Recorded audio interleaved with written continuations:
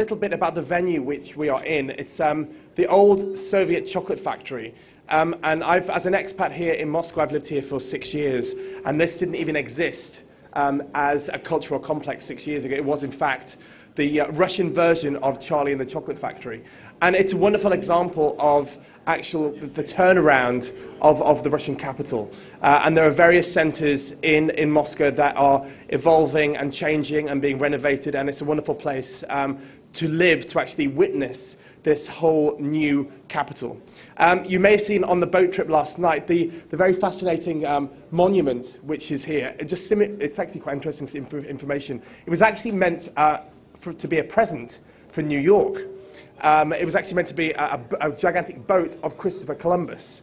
But actually they saw it, they saw the designs, and they said it was too ugly, so they gave it back to the Russian capital. The problem was, they thought, what can we do with this boat statue with Christopher Columbus? So they thought Lushkov, the old mayor, was friends with Tsereteli, who designed this monstrosity, and they thought, why not put Peter the Great's head on it instead? So that's what we see today, and if you actually Google it, it's now voted in one of the top 10 most ugliest statues in the world. And there's lots of controversy because Peter the Great, although centuries ago, actually moved the capital from Moscow to St. Petersburg. So many Muscovites, as you know in this room, they do not like the statue. Anyway, to our next panel discussion, we've got Jacek, if you'd like to come up on stage. Jacek is the IBAN Vice President and CEO of Luetan Business Angels. Thank you.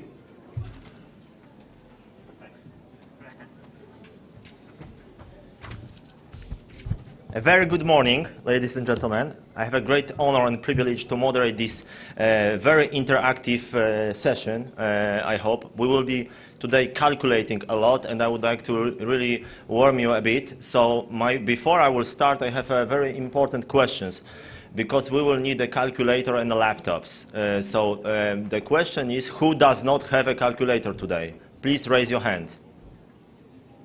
Who does not have a calculator with you? In this room? Okay, I just thought so. So don't worry, because we will be evaluating pre-revenue companies, so we don't need these calculators. We can do this, quite easily. And with that, I would like to introduce my panelists today. We have very distinguished panelists. So please come on stage, Bill Payne, Sven, and Igor.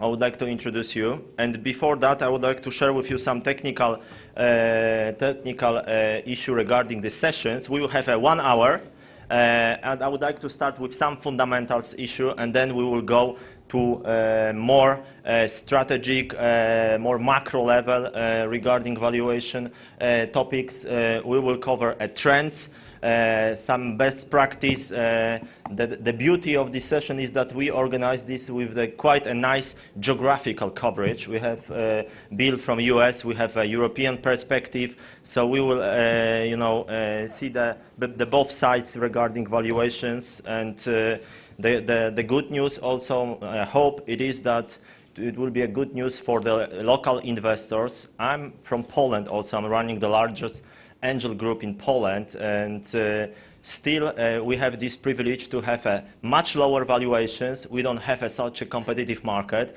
so it's a beauty to be on the really emerging countries, because as angel investors we could find and spot nice deals with extremely low valuations. And I will be curious also to raise these questions to my panelists today.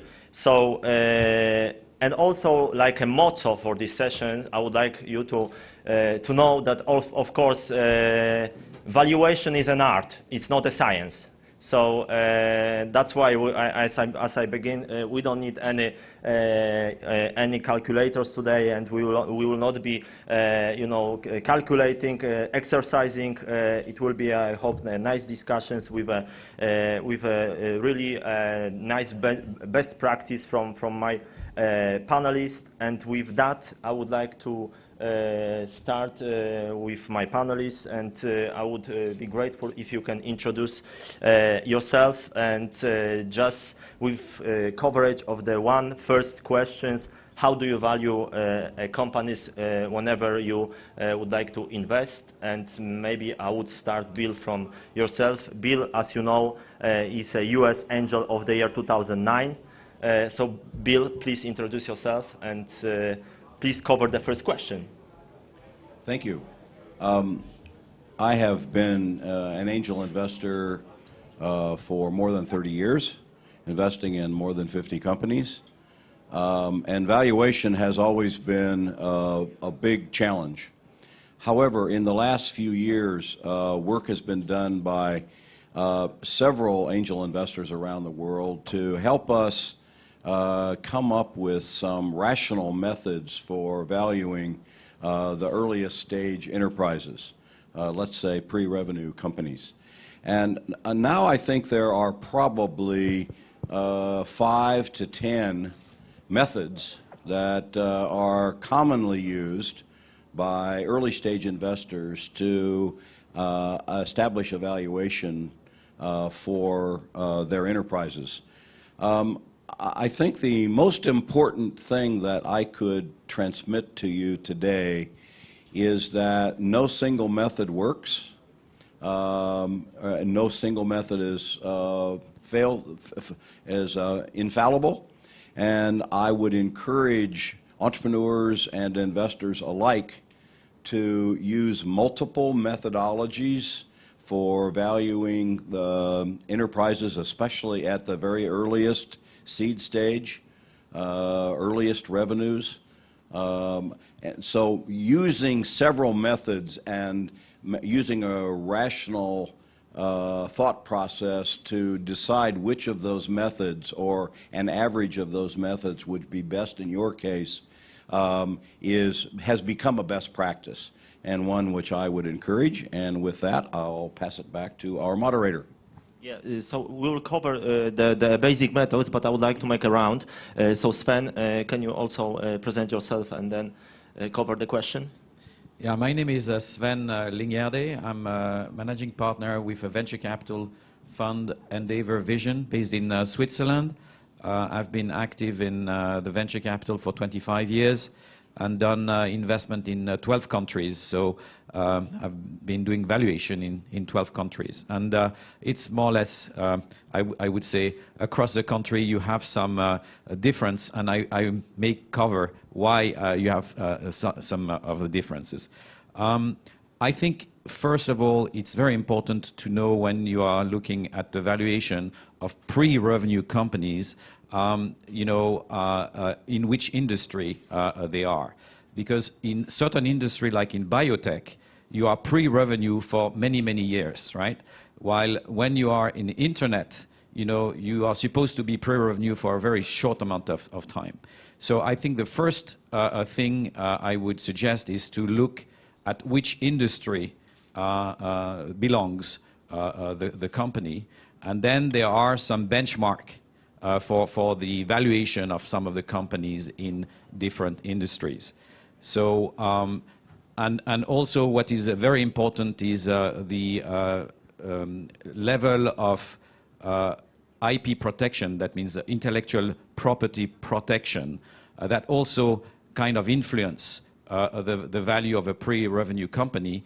For instance, a biotech company who has a very extensive portfolio of patent, they are pre-revenue, but they have some high value, while again, I take the example of internet company, it is more the speed of execution, the uniqueness of the business model, and what is common denominator is management quality is really key, and we also value the management. Thanks a lot. Igor. Hello, everybody. My name is Igor Pivovarov, and I am a CEO of Himacor. It is a Russian biotech company, and I'm I think entrepreneur here among the investors. And my point of view is mainly a point of entrepreneur. I'm running Himacor is my second company now, and I am acting as an angel in 3 new companies. And speaking about valuation for me is a balance between value and risks. It is some sort of, if you have a great project but you see many risks in in a team, in a market, in some conditions. This means it is extremely lowering down the valuation.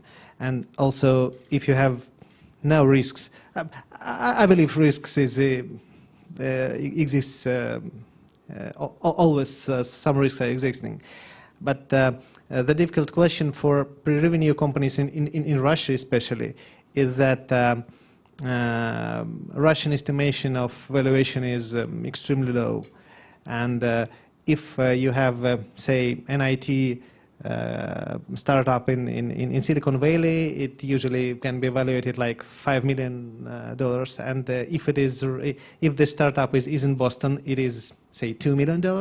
If it is in Germany, it will be 1 million, and if it is in Russia, if you'll say it is 200K, so everyone will say, "Hey, guy, it is too much. It is 6 million rubles. You're crazy." And this is the problem. Valuation in Russia is always, a challenge. Speaking to investor, trying to argue, and this leads to many conflicts, I think.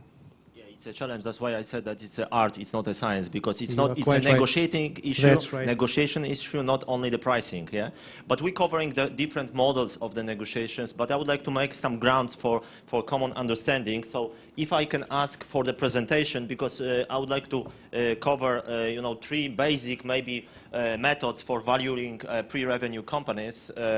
So can you please put my slides on the screen? I hope with these sessions not to have any problems. Exactly. So there are 3 basic models, and I would like to cover the first model, which is the venture capital model, and the second and third it is the scorecard model, also called, I'm laughing, a Bill Payne's model, and also Dave Berkus has his own approach, and I would like to also ask Bill then to cover this scorecard, his model, and Dave Berkus. But let's start maybe from the first venture capital model. It's simple. You have the secret formula on the screen, which is like a 4 steps approach. First, you need to anticipate your expected return on investments. So let's say that we expect 20 times ROI. And then you need to determine the terminal value in the year when you would like to exit of the target company. In a third step, you calculate the post-money valuation, and then the very last, pre-money will be simple post-money minus the investment. So then we will come up with this pre-revenue valuation. That's the simple method. It's called venture capital method. And of course, with this simple formula, with these 4 steps, you can easily do this. Of course, you may ask the questions how to calculate the terminal value, and it's usually 2 common approaches. You use the revenue in the last year and the multiplication of this, or rather you make the revenue approach, so earnings after tax in the last year times PE ratio, you come up with the terminal value of the target company. So that's the simple model. And then we have this scorecard model, but I will leave the floor to Bill. Hopefully you will cover this and explain what's the details behind it. So the scorecard method is just another method for valuing early stage enterprises. One of several that are used. It's actually become a relatively popular method, and it simply compares the the qualities of the target company to the average company that angels have funded in your region in that business vertical in recent years. And so you compare the management team, the size of the opportunity, the product and technology, et cetera, of the target company that you're considering valuing, and you adjust that to the average pre-money valuation of software companies or IT companies or maybe medical device companies that you have funded in recent years in your region. So we're simply saying, how does this company stack up against the previous companies that we've funded in this region, in this business sector, and we stack them up by the approximately by the ratios here. So if you've got a really strong management team, the valuation is probably going to be higher for the target company than the average company that you funded recently.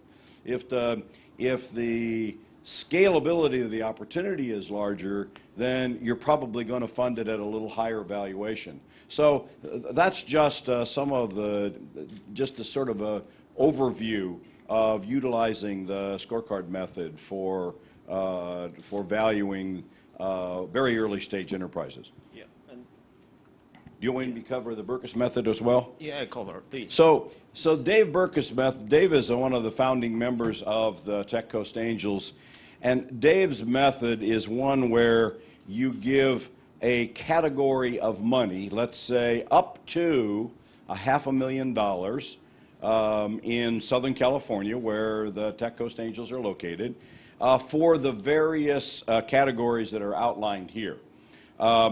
So if the management team is sort of average, you might only give them perhaps $300,000 in valuation for that.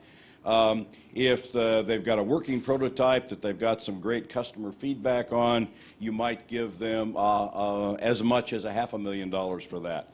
If they've got a great management team and board of directors in place, you might give them sort of full value there. So if you can see in those 5 categories, the highest you could give a company would be $2.5 million. And of course, the lowest you could give the company would be 0, except there's probably a minimum threshold that says, well, I probably wouldn't fund a company at lower than that. So this is just a third method for attempting to come up with a pre-money valuation of early stage enterprises.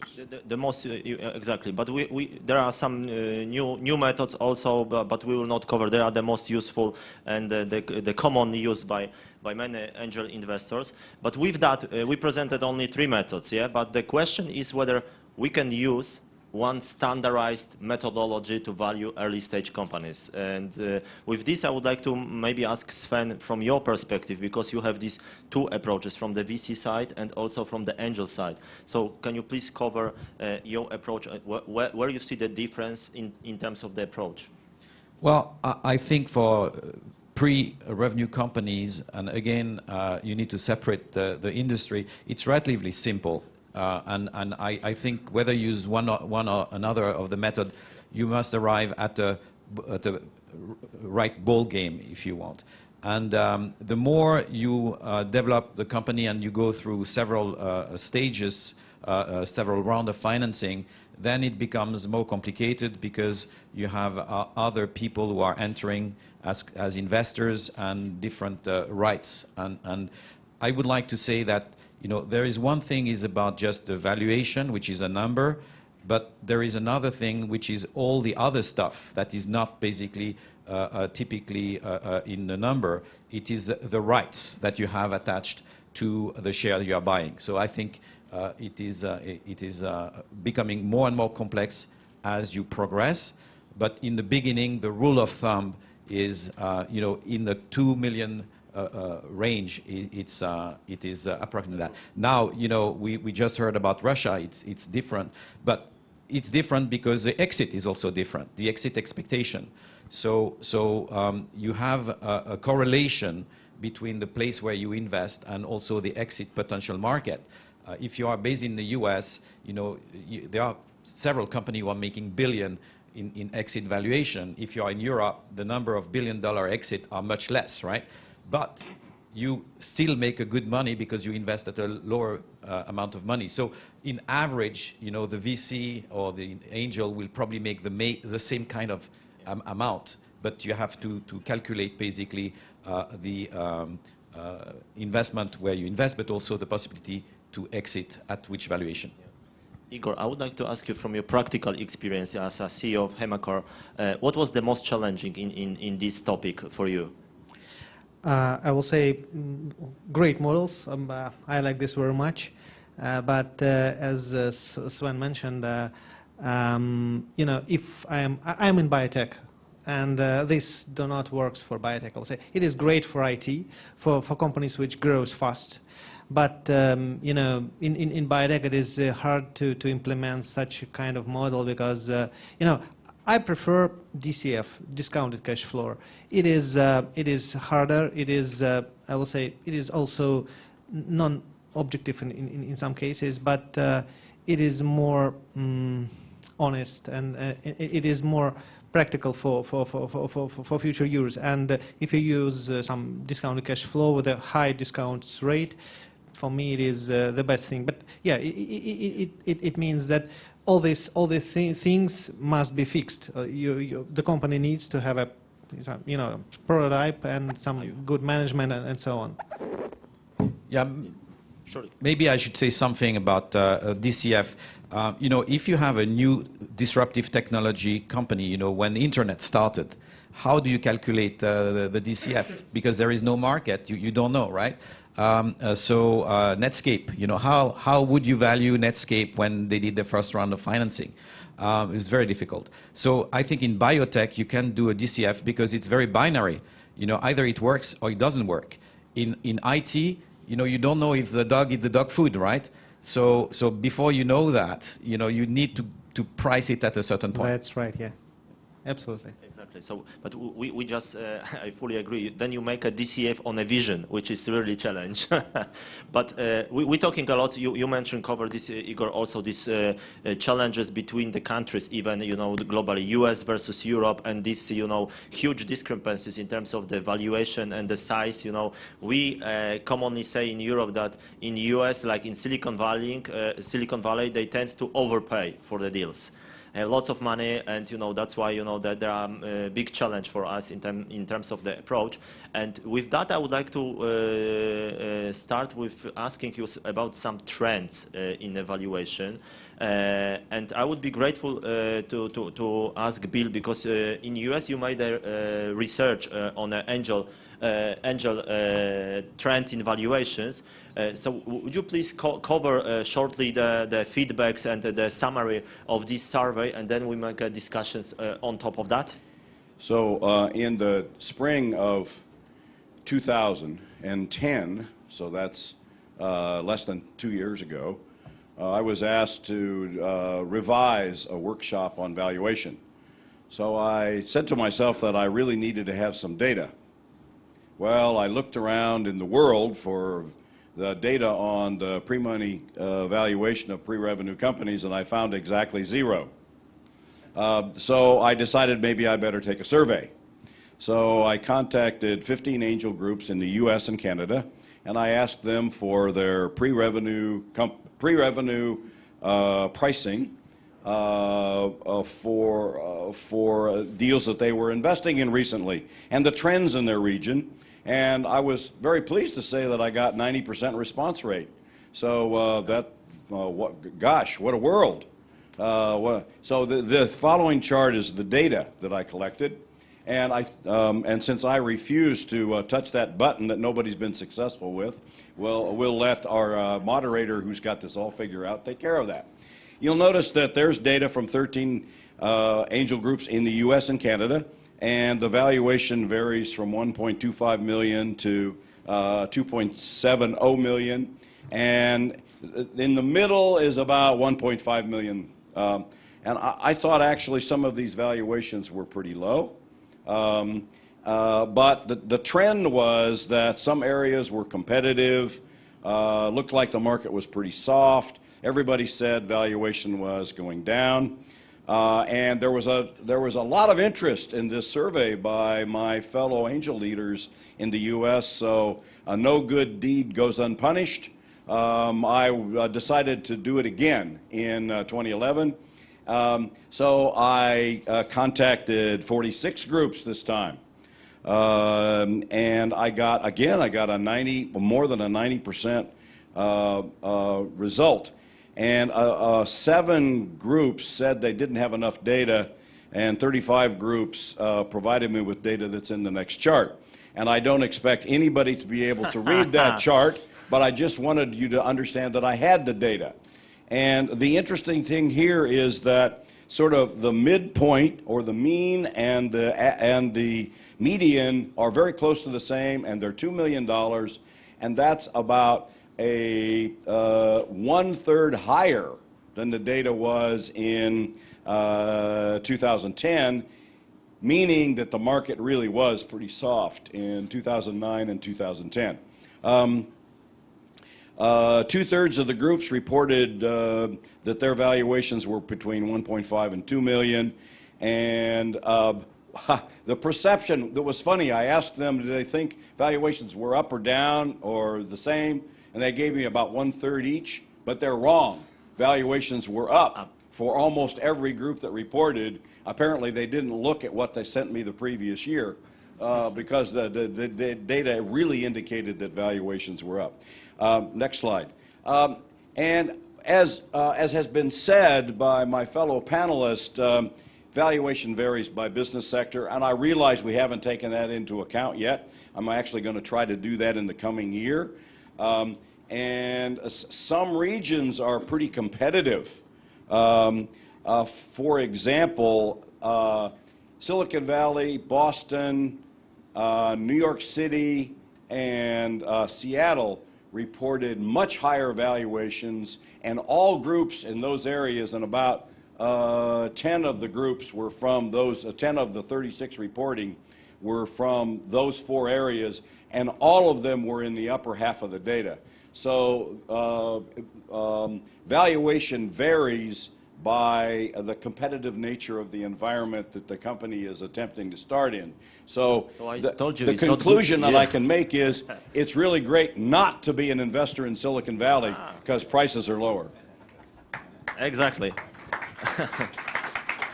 That's why it's a good news, I say, for Russian investors and also for the CE region. But Sven, what's the European perspective? You see the data from the US, and do you see any difference in Europe in terms of the median valuation, how Europe approach this topic? It's always an demand and offer question. And yeah, it varies. I'll take an example which might not sound obvious, is Norway, for instance. I'm half Norwegian. And there is a lot of wealth in Norway. There is $60,000 per inhabitant coming from the oil every year, right? I mean, you have a lot of very wealthy people in Norway, and Norwegians like a startup. They like, to play. And so there is a very active a Norwegian angel and private investor, and basically they are basically going into the VC world as well.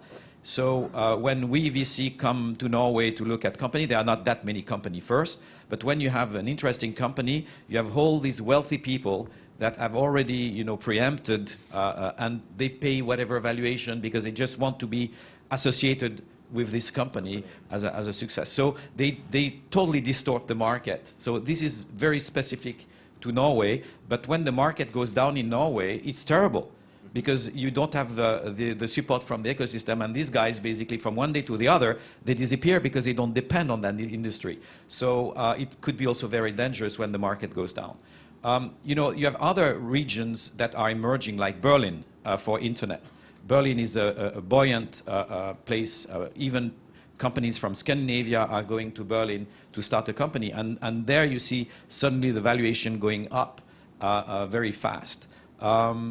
England, in London, you have, of course, the valuation are higher. And, I would say rest of Europe, it tends to be, of course, much cheaper but it really depends. And what I can say, a lot of the time, the entrepreneur is not doing his homework. He approached the angels without having done his homework and said, oh, I've seen in Silicon Valley this company was that value, so I should be valuing higher because my technology is much better, right? So there is a reality check that needs to be done. And I want just to conclude by saying, you know, Ron Conway is a very well-known, iconic angel investor from Silicon Valley. And what Ron is saying is, I will not talk to an entrepreneur about valuation for more than 5 minutes. If they want to talk more than 5 minutes, I probably do not want to invest. This is about investing in early stage company. Exactly. But I'm fully agreeing, and that's why I challenge these questions, because usually, you know, there is always myth that when we're saying that, you know, we have the same startup in Europe and the same startup bidding in the States, it's a difference in terms of the approach. I would like to make a confirmation of this statement that it's really happening, that, you know, in States they will get a much higher valuation. So that was also my intention. But I would like to go a bit further in these discussions ask you, what are the current exit valuations of the startups being bought by the companies? Can you cover this topic? Of course, I will ask Bill and both my panelists from the European perspective. So the only data that we have really on M&A transactions, and forget IPOs, it's just not a significant number of the companies that we invest in as angels in the U.S. But the only significant data we have is data on all M&A transactions. So, so that's not just venture funded, it's all M&A transactions in the U.S. And the median exit value for all M&A transactions in the U.S. is about $20 million. The median. The median. And it's highly skewed by a few billion-dollar plus M&A acquisitions. So actually, the average is about double that. But the important thing is to look at the median anyway, because that's where most of the transactions are taking place.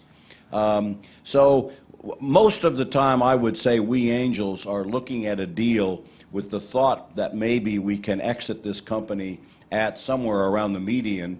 And the reason that we think about the median is because that's where most of the transactions are taking place. So if you look at the top 10 high-tech companies in America, they've got enough cash in the bank right now to make 8,000 $20 million acquisitions. So it's a good time to sell your company.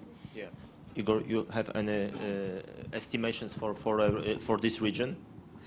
I will say that exits for Russia is an issue, and we have a very low data on it, and it is one of Russian problems. It is a big Russian, also not an issue but problem, that there are very few exits here. And usually entrepreneurs look for Europe and for US to exit there. So I'll give these answers to Bill and Sven. Okay, and Sven, what's your point? Well, I don't have the precise data, but as a VC perspective, you know, between the US and Europe, at the European Venture Capital Association, we did some comparison. And the result is that basically we are comparing favorably in Europe because we invest lower in valuation. I'm not talking now about the pre-revenue companies. I'm talking about the average venture investment. And the average venture investment in Europe compared to the US is favorable because we invest in average lower. We exit lower, but the multiple is a little bit better, which is encouraging, I think. Surely. So then the following, because I was curious, what kind of implications do you see when asking about the mean or median valuation of the companies being bought? It of course has an impact of the valuation of the pre-revenue companies, because there is also a statement that, you know, the angel investors usually should not invest in a company with pre-money valuation around 2-3 million. Yeah, and can you cover this, whether you agree with this or not really? Yeah.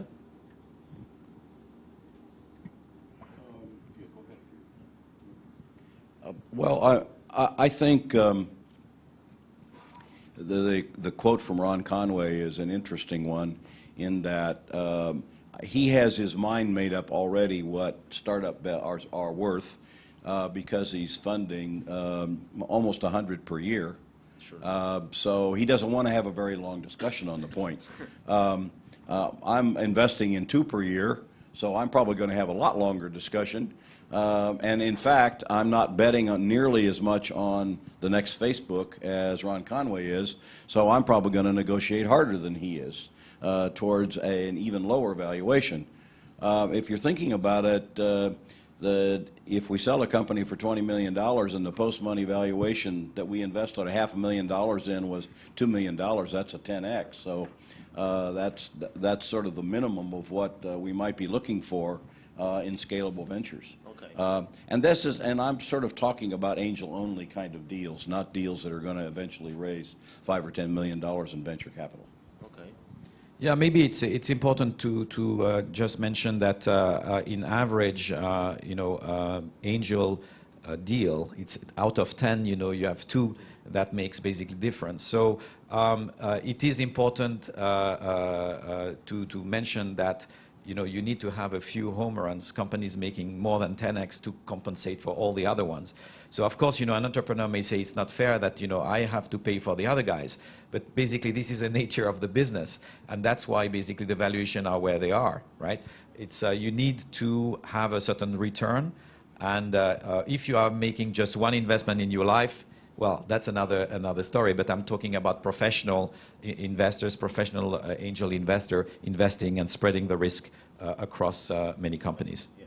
I have more questions, but I would like to also, I promise that this session will be very interactive, so I would like to give a chance for the audience to ask questions, and I really hope that you will have many questions. Yes, please. Do you have a mic?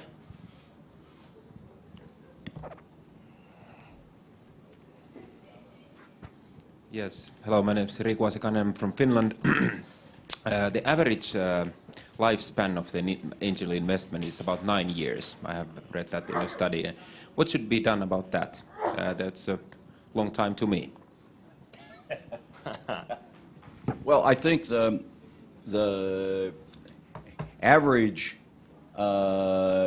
age of a company at exit is a very misleading piece of data because I think anybody who's been doing this for a long time has had an exit in a very short period of time and had a lot of exits if they were positive or negative at a very long period of time.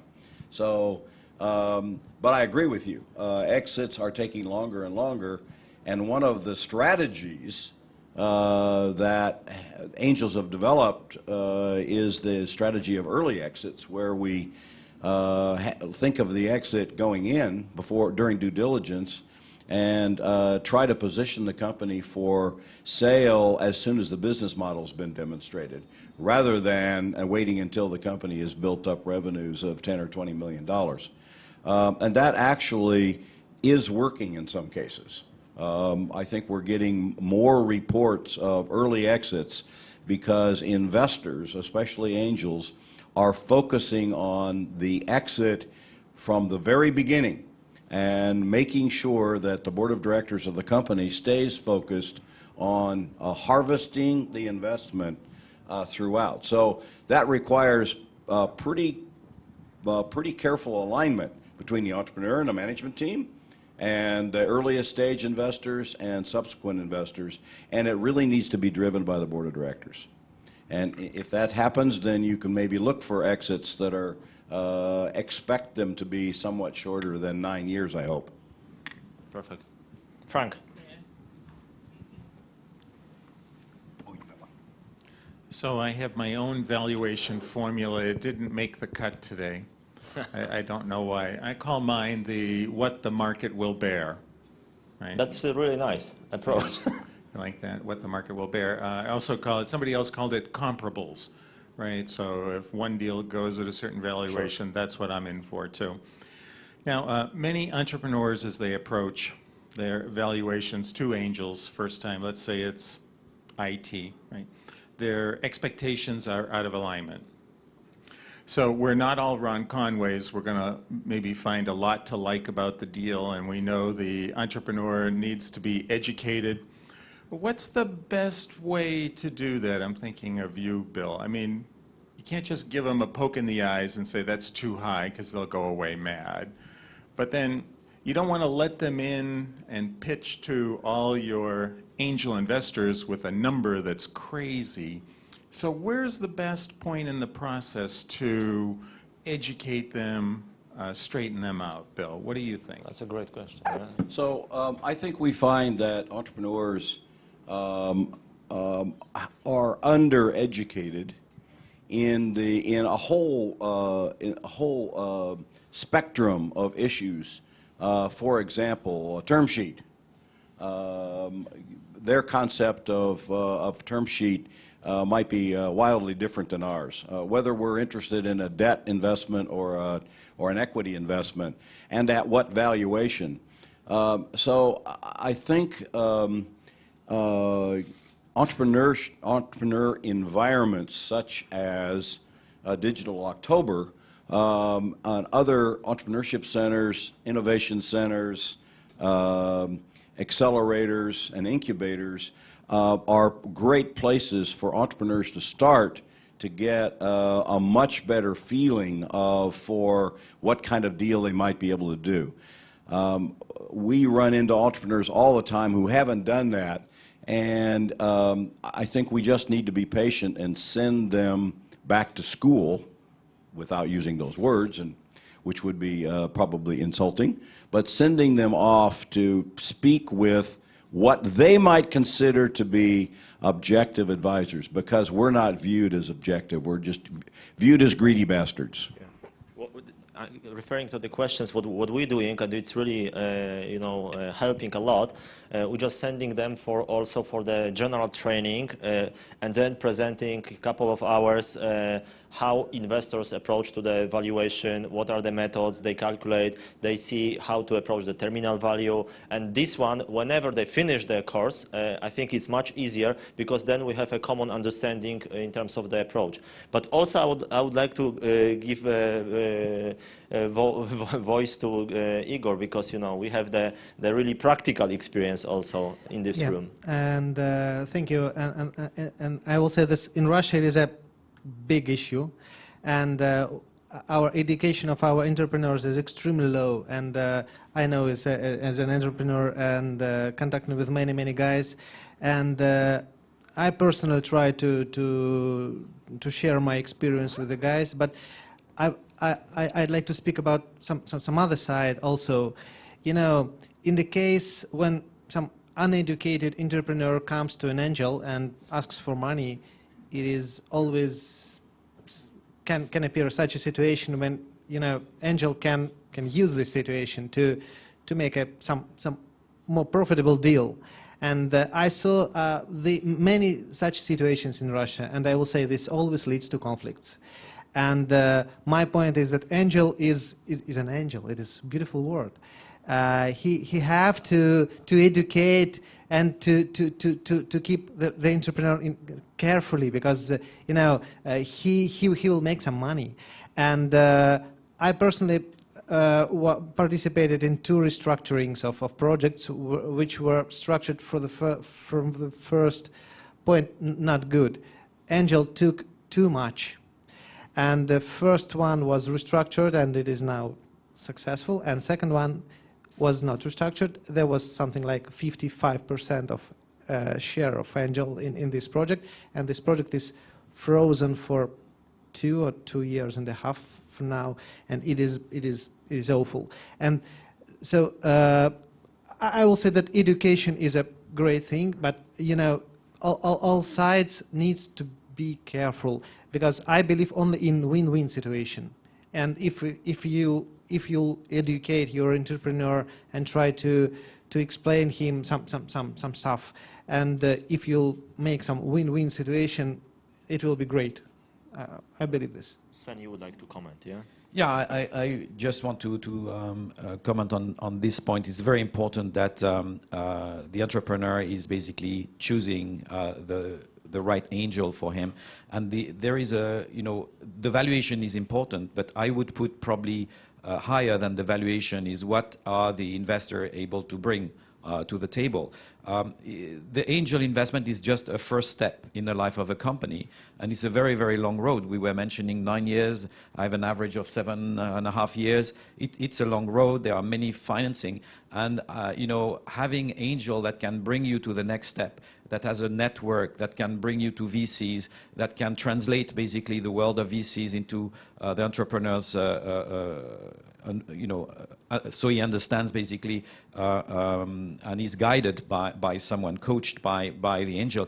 This is extremely important. Now, what I want to say also is from time to time you have a gap. Basically, the angel and the investor and the entrepreneur cannot basically agree. And we are not talking about huge gap necessarily, but there are ways that you can basically bridge that gap.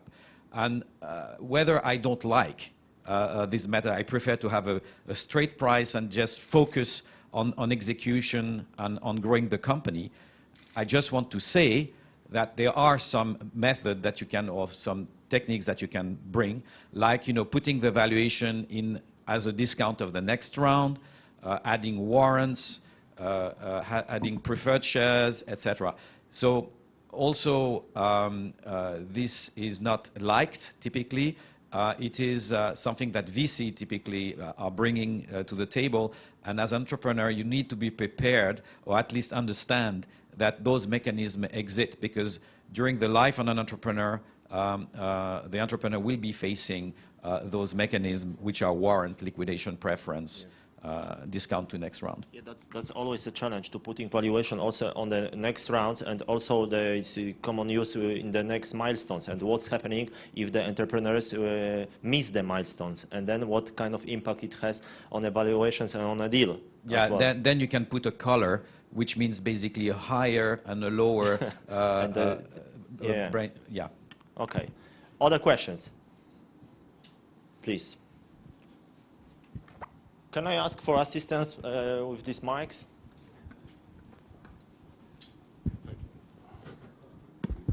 Hello. Yes, hello, dear panel. My name is Fyodor Aminov from Finland as well. Actually, a couple of questions.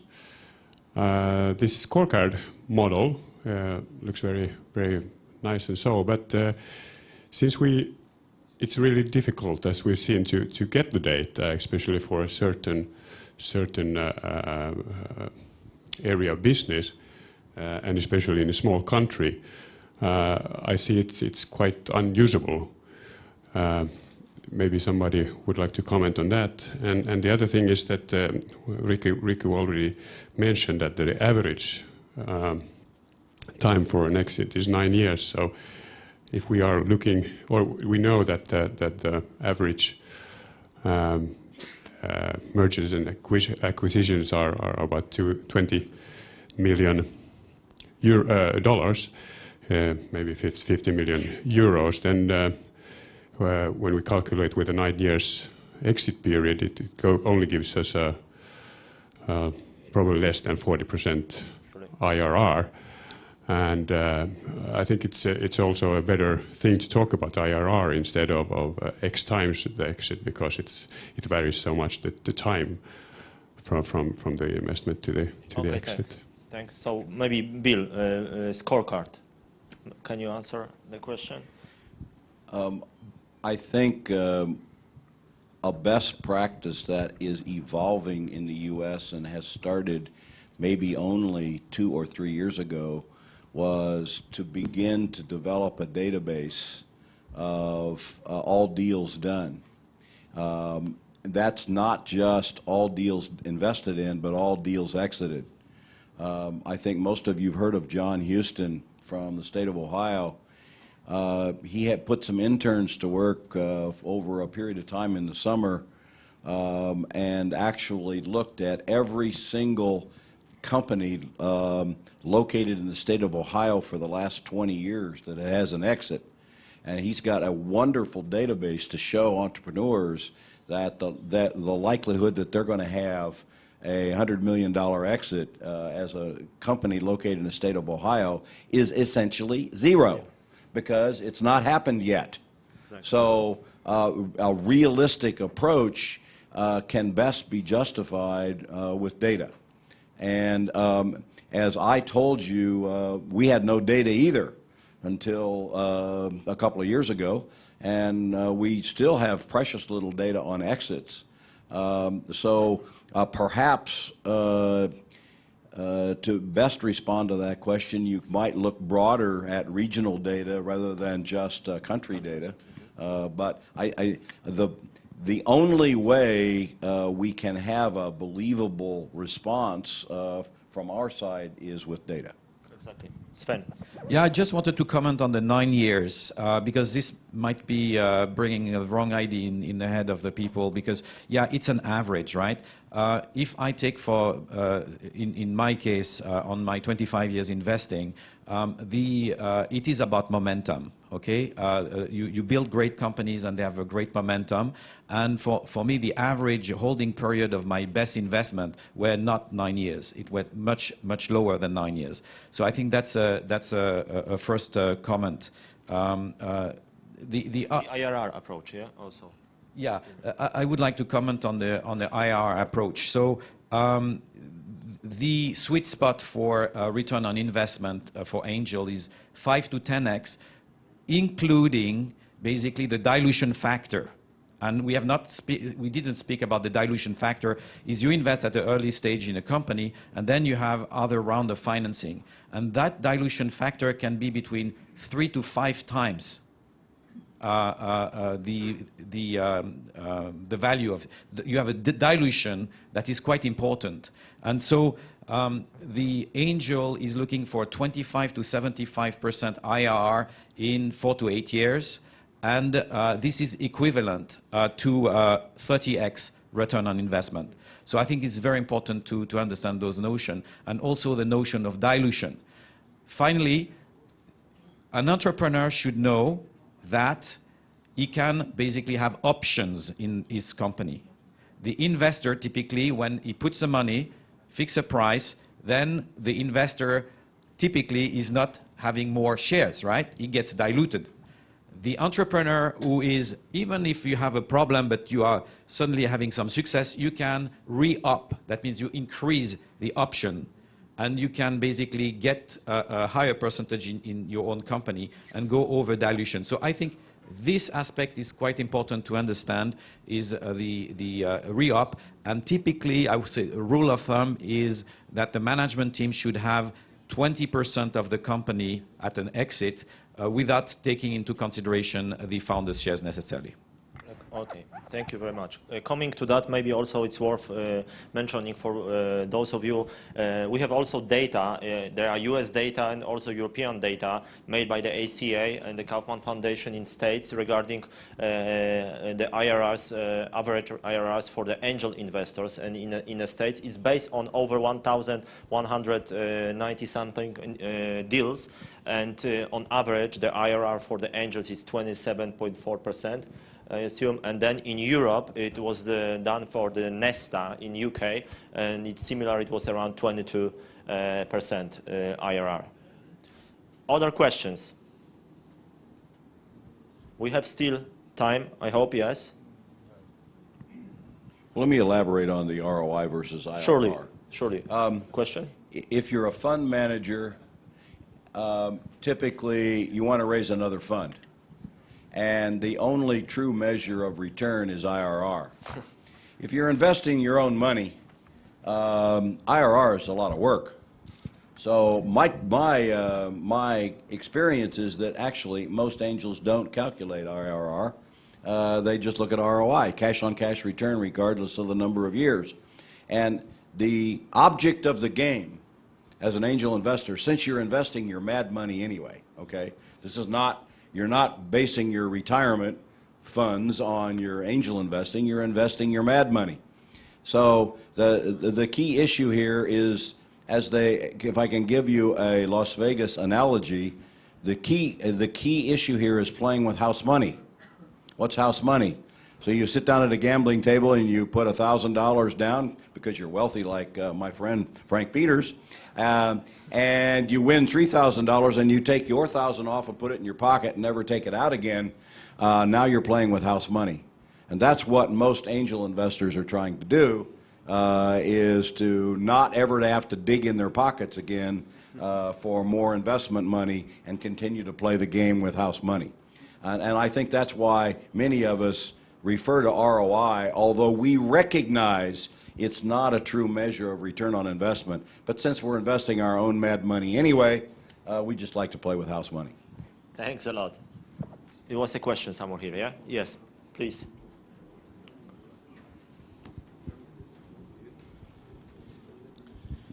I think that most of the terms are unanimously understood both by the angels,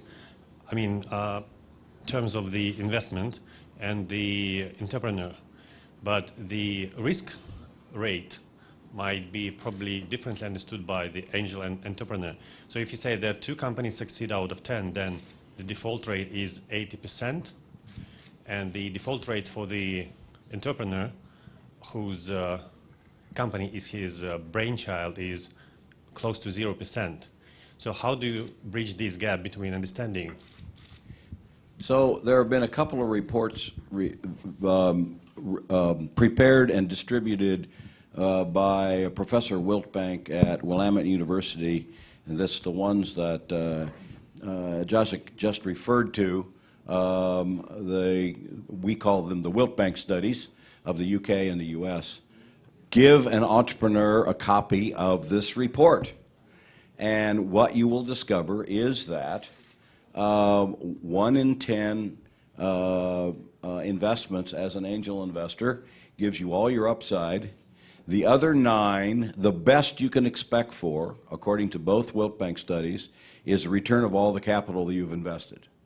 So your upside's going to come from 1, and the rest of the 10, if you get a 5x, sounds like a really great investment. But remember, you invested 10x. You invested, let's say, equal amounts in 10 companies. So you need 10x just to break even.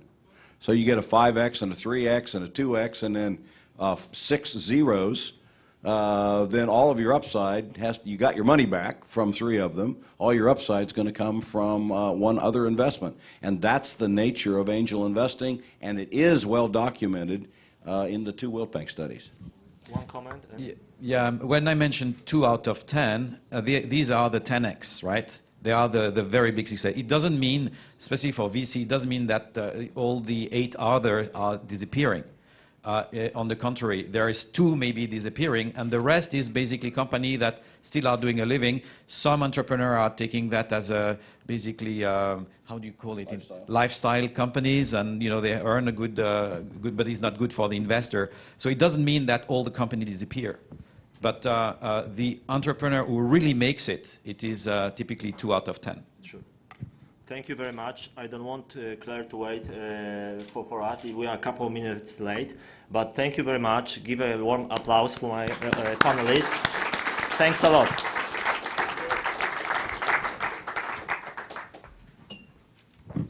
Thank you. Thank you very much. Spasibo. Claire, you're next in the next panel discussion. Claire is the coordinator of the WBAA. And the next panel discussion will talk about angel investing around the world. Claire, thank you very much.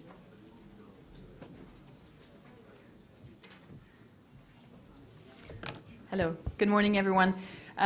So before starting, I would like to invite my panel members, please, to come up on stage. Jordan, Bill, can you come back, please? Thank you. Konstantin and Mani. Thank you. Meanwhile, let me introduce to you what is the WBAA. So it's the World Business Angels Association. It was set up on the side of an IBAN event in Portugal in 2007. And it is composed of the following countries, because I think it's important I don't forget anybody. The US, Chile, Turkey, Germany, Spain, Italy, India, China, Portugal, the UK, so England and Scotland, Australia, New Zealand, and IBAN as a founding member. So it's quite a large and representative community for the angel investing world. So before we start, I would like to introduce my distinguished panel members. We're very lucky to have them. They're coming from all over the world and from outside Moscow, which I guess qualifies as being very far away today from Digital October.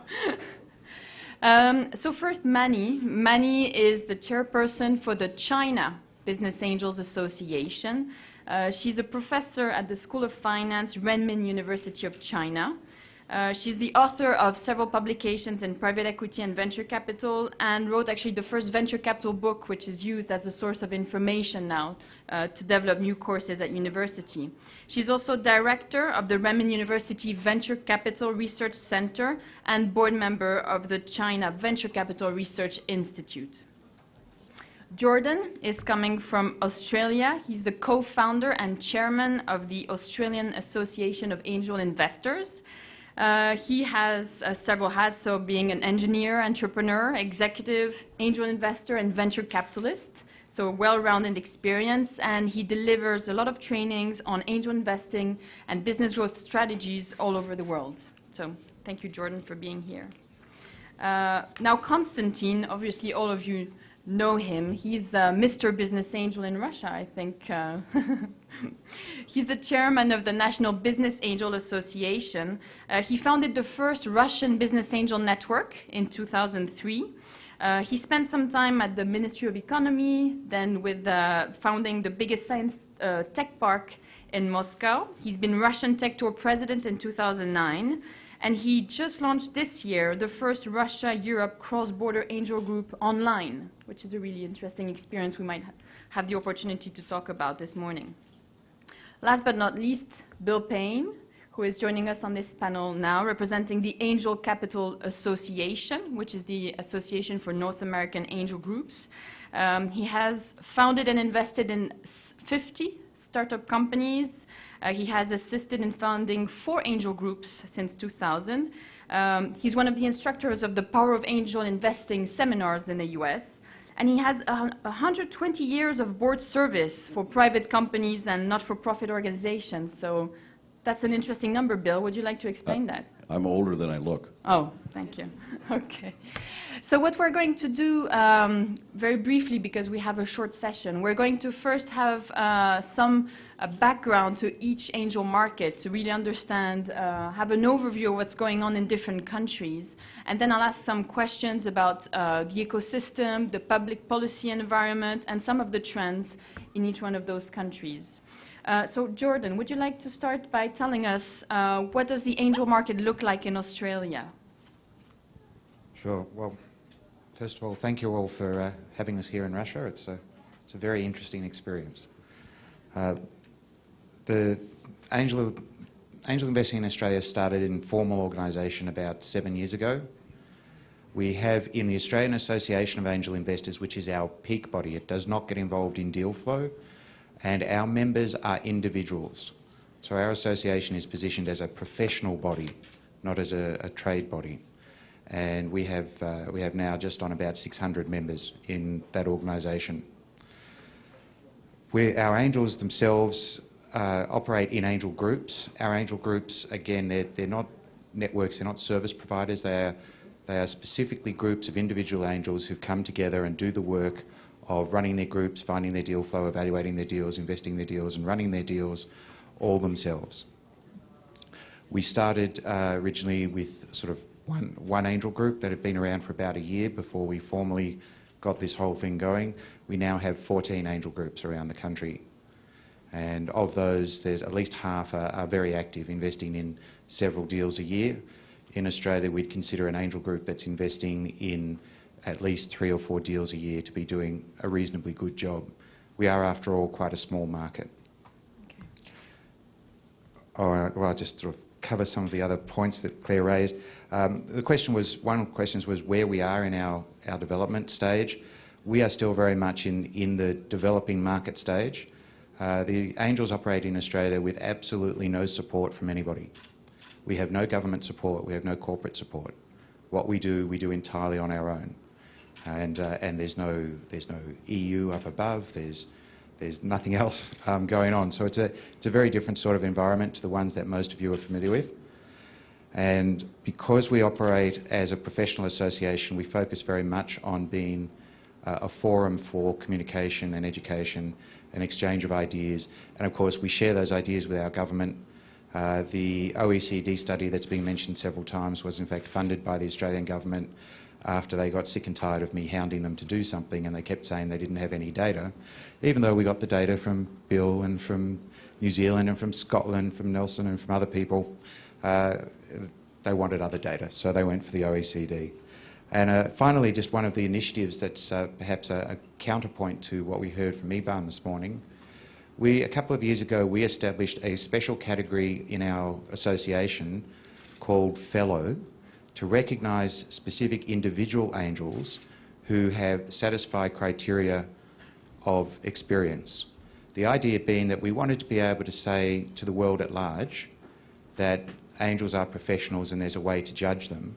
We wanted to be able to say to entrepreneurs, if you want to know if this particular angel investor is any good, ask them whether or not they're a fellow of the association. So the same way if you're a fellow of an accounting body or of a professional, we have a professional directors association in Australia, or every professional association has a category that indicates someone of particularly good standing and expertise. So we've applied that in two ways, to service our market and also to be an example to our government of self-regulation, which I think is similar to what's being proposed this morning around the BUN certification. And I guess as a final plug, I just mentioned that you're all very welcome to come to our Angel Conference. It will be next February. It's the first conference in the annual calendar. It'll be on the beautiful sunshine of the Gold Coast, and we'd love to have you there. And if you'd like to know more about that, I have a few leaflets I can hand out later on. Thanks. Yeah. Thank you, Jordan. That's a wonderful proposition. And the information about the conference is on the WBA website, so that's another plug for you. So Manny, tell us about the angel market in China and how it has evolved maybe in the last 5 years. First of all, I have to say that we were trying very hard to get a survey, but like in other countries, very hard, especially hard in China, because a lot of people who made wealth, really, their income is from some sources they would not disclose. So when they did angel investment, they would hide their names and activities. So it's quite difficult. But based on John May's estimate method of 5%, 5%, so I got this statistics from 2010 from a bank called China Merchants Bank, and it estimated that in 2010, the end of 2010, the Chinese private individuals' investable assets, that mad money you said, reached $62 trillion in Chinese dollars, which is about close to 10 trillion US dollars. And in 2011, it reached 72 trillion Chinese. So I think it's a lot of investable assets. But they also had an estimate of the Chinese way of so-called accredited investors. They said, they called net worth more than 10 million Chinese dollars RMB, which is about 1.6 million US dollars. If we define that as accredited investors, this particular bank estimate 2010, China reached about 500,000 accredited investors. And, but another independent research by Hu Run, it's a foreigner, did a lot of survey in China. And he estimated in 2011, there should be about 960,000 accredited investors in China. So by that estimate, I would say like 25,000 to 50,000 active angel investors in China, that type of thing. But I want to say this, there are several characteristics of accredited investors in China. First of all, they're pretty young. First survey said it's about 41 years old. The second estimate study said average age is 39 years old. Secondly, they're very high educated. 80% of them have a college degree or higher, so 80%. Third one is a lot of women. Male and female ratio is really amazing. One study said, 7 to 3, 30% are women. The other study, especially on professional managers among the angel investors, about 50 and 50, men and women. So that's, and overall, Chinese angel investors' characteristics, I would summarize 3. First of all, still very, very unsophisticated. For instance, I give you an example. Days ago, that a colleague from China called me, university professor, and she said, some angel investor group said, if you gave them 17,000 Chinese dollars as a membership fee, and in 2 years, you get 5 million back. And they call this angel investor, activity. So, and they guarantee the return. So, and also they got, a website and put my pictures there, so I am associated with them. But the second, they really need education. A second characteristic about is Chinese culture. I fly back and forth from, China, US, and Hong Kong.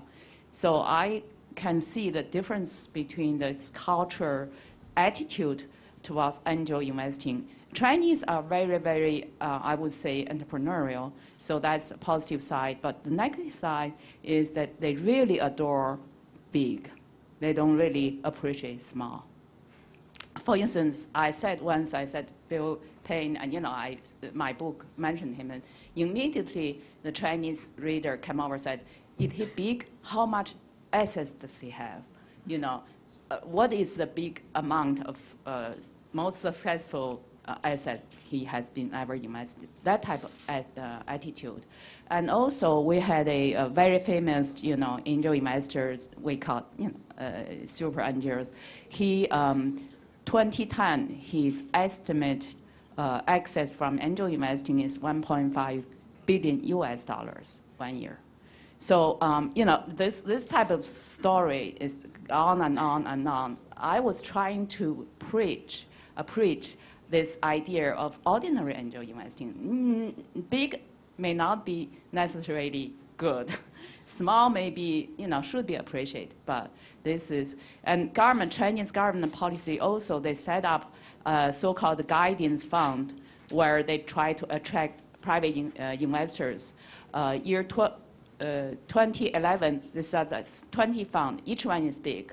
Like my former PhD student last month joined a Chinese government-supported guidance fund, and it is 10 billion Chinese dollars. So that fund is such a big fund. How can you approach angel investing, projects? It's very hard.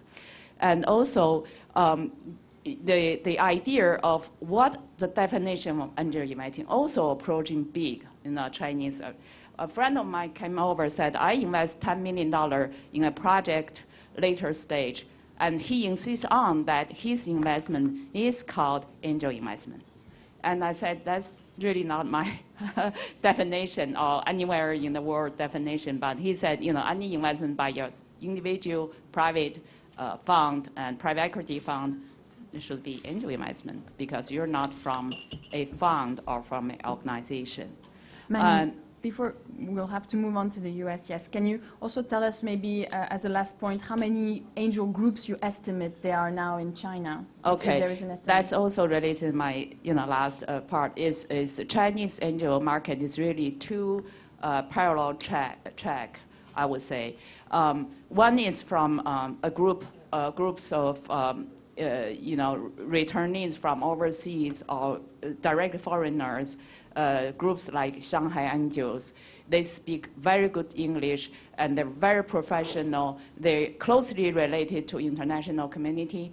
There are another groups, many groups of domestic Chinese investors, angel investors. They are also professional in a Chinese way, but they speak no English, with no connection with international community, but they are no less successful. For instance, a group of guys with me from Zhongguancun, Mr. Wang Shaojie, his organization is directly approved by Chinese government as the first one, and so far only one private organization, national level. Usually you cannot do that. You can only set up a business type. So the private Chinese side only speak Chinese with no relationship internationally. We estimate about 50 to 100 different type groups. Thank you, Manny. Bill, you're from, I think, the oldest angel market. So can you tell us, a little bit in which stage you feel this angel market is in, and what have been the trends in the last 5 years? I'm insulted you'd bring up age. Same as the board position. Sorry. Thank you, Claire. So let me talk to you a little bit about the North American angel ecosystem. I think it's very strong. I think there are a little under 400 angel groups as we know them, angel funds and angel networks in North America, a little smaller than the European market. They're very active now, probably as active as they were in 2006 before the financial crisis. But the one change in the marketplace is that they're investing on average at later stages. So the reason for that is that there's a scarcity of venture capital, so we're having to reserve more funds to invest in our portfolio companies. So some of our investment is seed stage, and some of it, or more of it than ever, is at a later stage. ACA is a trade organization in North America for the U.S. and Canada. We have about 160 dues-paying members. We had a great summit in Austin a month or so ago with about 400 people there. We have a very active education program with somewhere in the neighborhood of about 50 seminars and workshops that we offer to our members and other organizations. Probably what's changing in the U.S. with respect to our activity is that the ACA has become sort of backed into a corner to become a public policy advocate. We don't quite call it lobbying for political reasons. We call it advocacy. But this is a new move on the part of ACA, and some of it we are happy to do, and others we are sort of forced in a corner to defend ourselves. And some of the kinds of issues that we're addressing are crowdfunding, where ACA actually supported the crowdfunding initiative, but with certain controls and regulations on issues like fraud. The private equity regulations regarding numbers of investors in a private company and the definition of accredited investors is something that we've been concerned about as an organization. There's now a push for a federal tax credit. Whether that happens or not is beyond me. Attempting to predict what our Congress might be able to agree on as something I'll leave to my good friend Frank Peters. And the state initiatives are probably become very important, both tax credits and initiatives like the state of Wisconsin has had for the formation of additional angel groups. So that's sort of the environment in North America. Thanks, Bill. Konstantin, can you tell us what is the landscape in Russia, please? And it's been a really rapid evolution in the last years. Yeah, you've seen the landscape yesterday evening and the day before yesterday. It's at least in Moscow, it's very active, very, very dynamic. But it's not only entertainment side. We've been doing pretty kind of rapid progress in terms of angel investment market. The last 2 years, it's probably the years of the decision makers here in Moscow, normally to learn what business angels are, the scale, especially potential scale of the market, and the role that these investors as a class can play in the economy. We've met a couple of people from the Russian authorities, so it took us at least two years to get there. To exchange a good practice with our colleagues within European area, we joined IBAN. It was approximately a year and a half ago, and it's been very useful for us to be part of the wider environment, to get sort of good ideas and practical connections to develop the market here. The National Association was established a bit more than 2 years ago by 4 kind of first groups. Now we have in the country 10 more or less established groups, 8 of which are full members of the National Association. In creation, we expect to be ready in about 10 groups as well. But I think it's the one piece of the market, small piece. It's probably a few % only. We guess that there are at least 10 times more informal groups. At least 10 times. It may be 100 times. And so there is a long way for the market to understand how many people, how many investors, what is the amount of capital being invested. We've had a few success stories of angel investors getting in and getting out with some return. But we don't have, we do have a big success story like IPO in NASDAQ in America, in London, but none of the story is still connected to this kind of angel environment. That's one of the objectives, so that for the companies to see the whole chain and the role of each class of investor. We built trust over the last couple of years with the main market players, apart from angels, with VC funds, with the association, with public institutions, which have a big role in Russia still. Probably 50% of the venture capital money is provided by the state in Russia. So it's big. And we've built trust, and we are beginning to move to practical cooperation. For example, we've got 2 agreements with kind of co-investment schemes, where deal flows are disclosed on a kind of professional basis. We started with a few tactical instruments like trainings, like WIC, that we are currently just inside that with co-investment fund, as you know, it started a week ago in Moscow. So, and the objectives for the next 2-3 years is to build up again the image of the business angels, especially in entrepreneurial community, in decision makers' minds, and the objective is to move it from Moscow to the regions, which is still less developed. We need to continue with practical tools like co-investment funds. If the pilot is successful, we can scale it across the country with the educational program, etc. We need to create kind of value for the groups to be visible. And we are getting there. Basically, we've got a couple of applications to become a member, or even to form a group and become a member. And IBAN Congress has done a job in this respect. But on top of that, we need to think of a kind of strategic solution that could make a serious push on the market. It could be anything like certification of the angels, but it should be done in connection of some sort of fiscal incentive. We've got this kind of understanding that of the role, of the importance, of uniqueness, and politicians are ready to discuss that. It's not going to happen tomorrow, maybe even not next year, but the discussion has started yesterday, like in a practical mood, because we did come to that a couple of times over the last 2 years, but this week, this type of activity is already, it can't be invisible anymore. So that's where, that's it, probably.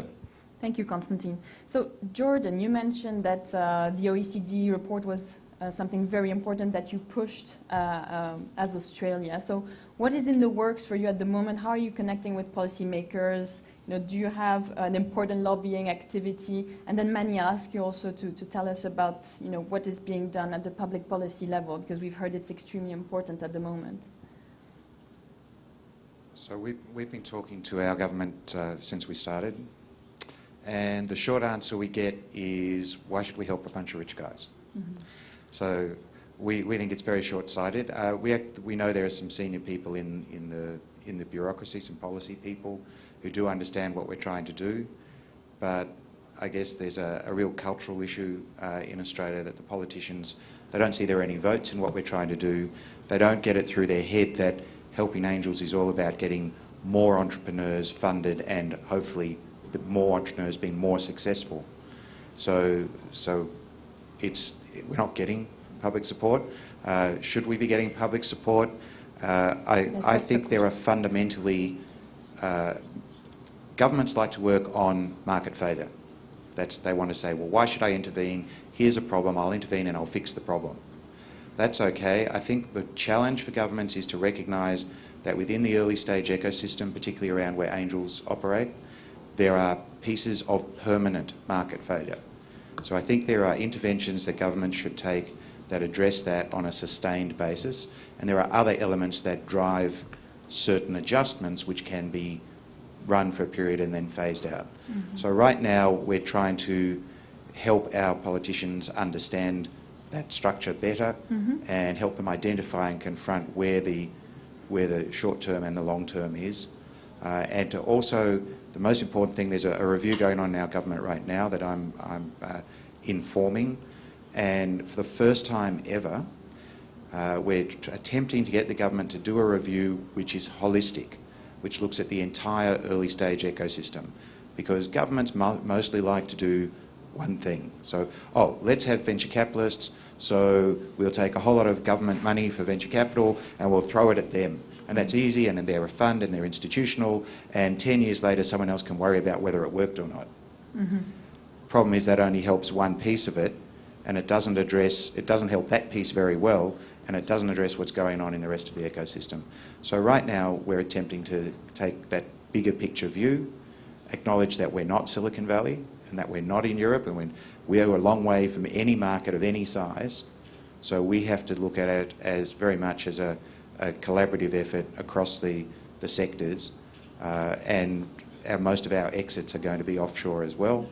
So like a lot of the emerging countries in Europe, like a lot of the smaller states in the United States, we find we have a lot in common with what they call the flyover states. So not so much California or New York or Boston, but all those others that Bill referred to in his review about better places to invest. And so we're looking at those sorts of models and trying to get that sort of understanding into our government. And did it help to have the OECD report and show what other governments are doing in which ways? And do you think exchange between policymakers, could happen to see what are the good practices in other countries? I hope it will. Okay. I suspect, even though our government funded it, we will be the last country to respond to it, but we'll see what happens. Mani, can you tell us quickly? Oh, sorry, Konstantin, did you want? A small comment. It's normally more or less black box. You put inside something, your incentive, and you wait. Maybe you get something out. It could be nice, it could be not. That's how it works with the authorities. So Mani, can you tell us what are the relationships maybe between CBAA and the government? What are you trying to work on? Is it the education, the culture, or are you already talking about fiscal schemes, co-investment funds? What is the status of the discussion at the moment? We had a close meeting with internal reporters. They call themselves express train direct to the central government. So we give them suggestions, and also especially policies from other countries. And also, European, UK especially, and other countries that did well. But we have no idea if this so-called express train can really reach the government, because we didn't have any feedback. Okay. I'm going to open it up for questions in a minute, but Bill, you just mentioned that the ACA had supported the crowdfunding initiatives. There's a lot of new players in the ecosystem. What's your point of view on all these actors? And I'll ask everybody. Into what we call lifestyle companies. Because it's not clear to me that angels and venture capitalists will invest in companies that already have 500 investors. So there are some serious issues in the crowdfunding environment that, at least in our government, has no clue about, that may preclude high-growth companies from securing follow-on funding after they have crowd investment. Well, so that's my concern is the press's, the media's impression of the impact that crowdfunding will have on the next Facebook. Mm-hmm. I understand there's a new crowdfunding association in the US, and they're trying to establish professional standards in relation to their talks with the government. Is that something that the ACA is trying to work with? To my knowledge, there's been no interchange between ACA and that new crowdfunding initiative. However, there's a model that's a few years older called Revenue Capital, and there is a new Revenue Capital Association, and there have been sessions at the Angel Capital Association on revenue capital. So, and there was discussion at this year's meeting on crowdfunding, but it was sort of similar to the one we've had here, in that we were sort of talking about the pros and cons of it rather than how we might interact with that crowdfunding association. Remember, that legislation is less than a month old, and it will take the SEC at least 9 months to put out any regulation. So we'll have no idea about the implementation of that before the end of this year. Mm-hmm. Thank you. So very quickly, other panel members, what do you think about this, these new actors in the ecosystem, in particular maybe the crowdfunding platforms who would come a step before the angels? What's the situation in your countries? Well, I guess the way we view crowdfunding at home is, first of all, we have to recognise that today in most of the world, crowdfunding for equity is still illegal. And as Bill said, even if it's technically possible in the US, it's not going to happen for quite a while. So most of the crowdfunding that happens today is one of two things. It's philanthropy, it's people giving their money away, or it's advanced purchase of product or service. I think the advanced purchase of product or service, which is what really gave crowdfunding its great impetus, is still a really good idea. I think it can work, and it's open to all sorts of abuse, but as a fundamental opportunity for someone who's got a product, if someone's got a new cover for an iPhone, a new watch, the Pebble watch is a great example on Kickstarter. They went out to get $100,000, and 3 weeks later they're running at, I think it's $4.5 million. So I think that all of that's going to work, but that's not investment. Okay. So I think the challenge we've got goes back to the education of entrepreneurs. Entrepreneurs are now running up to us and saying, well, if you won't give me the money, I'll go get it with crowdfunding. To which we're saying, great, go get it with crowdfunding. You still won't have any equity, but you might get a whole lot more further down the road. You'll take a lot of risk out, and we could then look at investing in your company because there'll be less risk.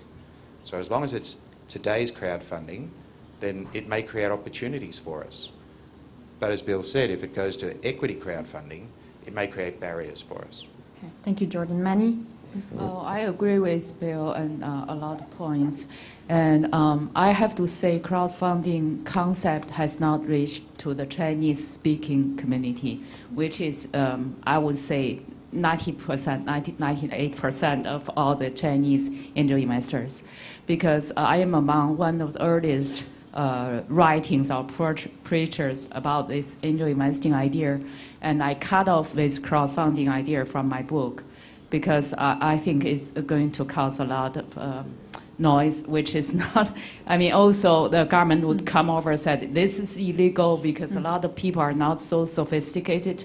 They put money, some people may grab all the money and go away, you know, that type of thing. So I think in the developing country should be very, very cautious on that. Thank you, Manny. Constantine, one word? Yeah, maybe I agree here. Even in developed countries with a high kind of stand of financial literacy, it should be well managed. In developing countries, it could sort of damage their reputation of equity investment, early stage company.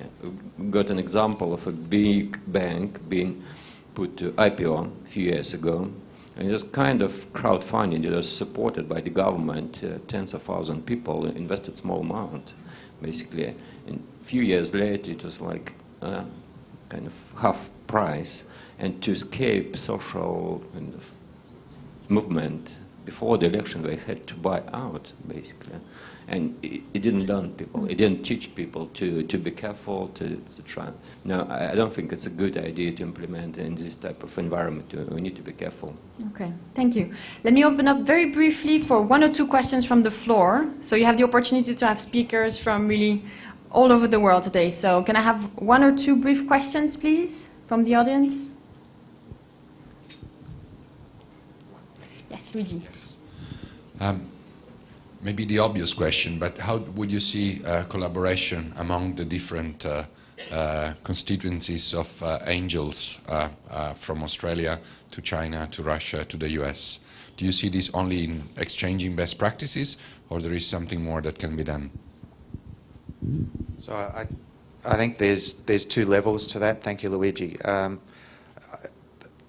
The second part of your question probably first. I think at the association level, the IBAN, the AAAI, the Chinese Business Angel Association, ACA, etc., I think at that level, the opportunity to share information, to share data, to share policy, I think that's very useful and very valuable, and that happens by all of us doing this, attending each other's events, getting to know each other, chatting to people over time so that we can see how it's all developed and share our stories and ultimately collaborate. At the investment level, it's already happening, but it happens because investors get to know each other. Still the same mechanism. These are great ways to do it. So the Australians, we've been coming to IBAN and to the ACA summits now for I think 6 years or 7 years. We haven't done any deals in Europe yet, but we've done a few deals with Americans. We didn't do it because of formal structures. We did it because we got to meet other angel investors firsthand, and when a relevant deal turned up on our side of the pond or on their side of the pond, someone picked up the phone or wrote an email and said, "Hey Luigi, there's a deal going on, I think you'd be interested in it." And we talked about it, and the next thing you know, our angel groups shared some deals. So in Australia, we've done cross-border deals predominantly with the US and New Zealand. We look at New Zealand as really being friends. They're right next door, very similar legal system, so it's very easy to do that. Mm-hmm. Anybody else would like to react? Manny, maybe also on the future of WBA? Yeah, I think your question really relates to the, why there is a WBA exists, and I think I am a strong believer of this organization because, one argument can be, we have IBAN, we have Pan-Asia Business Angel Association, why we need a WBA. But my point of view is, the world is small, everybody is related to everybody else, number one. Number two, the world is curved because you have developing world, you have a semi-developing world, you have developed worlds. And countries like us, we need a WBA, something like a world authority in business angel investment where we can learn from experiences and wisdom and lessons from other countries like UK or US or European countries.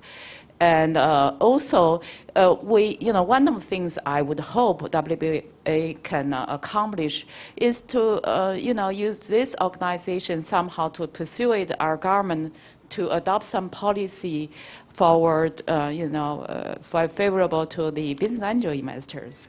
So I think that's a potential, tremendous potential in this organization. Just need to discuss how to, get it grow. Bill and Konstantin, very quickly, we're going to have to wrap up on the WBAA and international exchange. What can you get from relating with other countries? Well, I think with respect to WBA, the issue primarily is what's the mission and how do you satisfy that mission? And I think we sort of struck out trying to satisfy an undefined mission. So maybe it's time to figure out what we want to be when we grow up and then decide the best way to go about doing it. Because what's happened so far hasn't worked. I mean, there hasn't been worldwide acceptance that we're headed off in the right direction. So if there is a need, as Manny has eloquently described, I think we need to figure out what that is and then decide how to organize and create an organization to satisfy that need. Konstantin? Very quick. With the invention of the planes and internet, it becomes easier and easier to travel around and to communicate.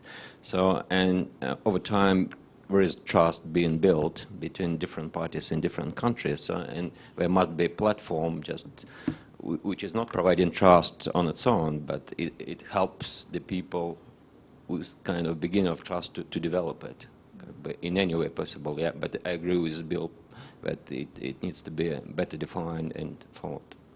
Okay.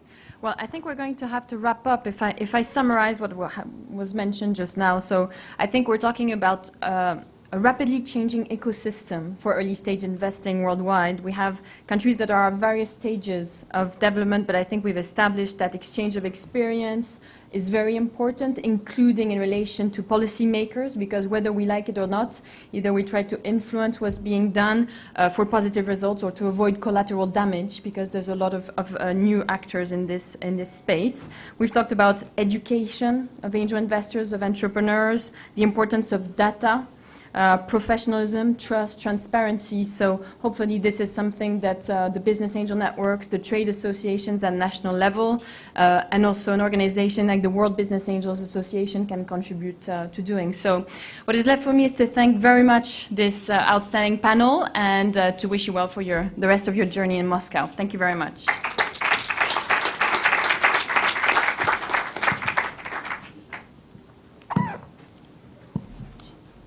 Thank you very much. Now it's time for Luigi. Yes.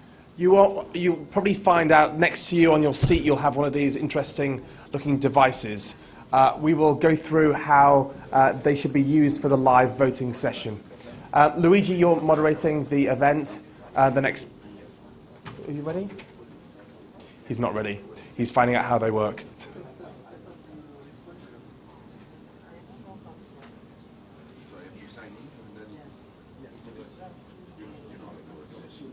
Do you want to you can explain how they work? Okay. Hello, everyone.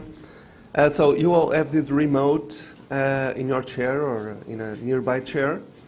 And to start, we will have to press the sign-in button. They should start blinking. And they should start blinking like status, okay? Once it's is it? So, Luigi, we will be here launching the questions that we want you to answer. And once they appear, we will have around, let's say, 5 seconds. That's the time we requested for you to vote. It's enough time to think and not to lie. But it's enough. And then we may have maybe 10 seconds to see the result that will show immediately after. Okay, that's okay? Great. Okay, thank you very much. Okay, so let's get this started. Do we have the question on the screen? Because I don't remember them by heart, so. Okay, so now we're talking about the recent past. So we're talking about the first quarter 2012. How has it gone? It should be still fresh in your mind. So first question is about the number of deals you have closed. Is this going up, absent, or down? You can vote. Okay, so it's going up. It's going up. It's really going up. Come on. This is amazingly going up. Let's wait another few seconds. Okay. So it looks quite nice. So we're not that bad with the crisis. Okay, great. 53% up, 32% neutral, and only 15% says down. Very good. Next question, please. Now we are talking about the expectation for 2012. So now we're talking into the future. What do you expect it will happen in terms of deals close? Is this going up, or is this going down, or again neutral?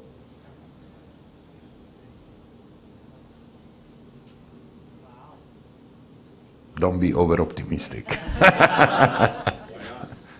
Well,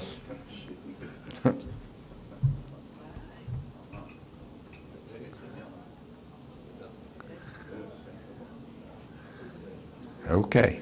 I think it's pretty stable now. So obviously we all expect to make a lot of deals in 2012. That's also great. The next one, please. First quarter 2012, we are talking more serious stuff now. Exit climate. What do you think? Has it gone up in the last quarter? Down or neutral?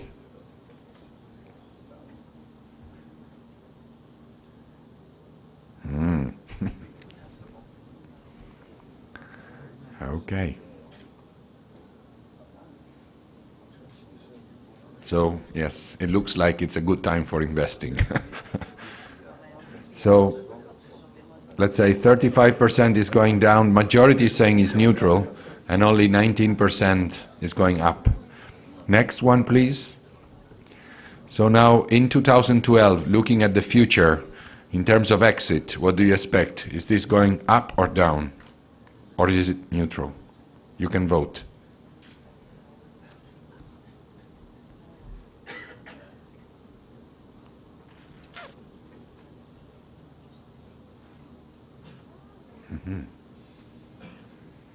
Okay.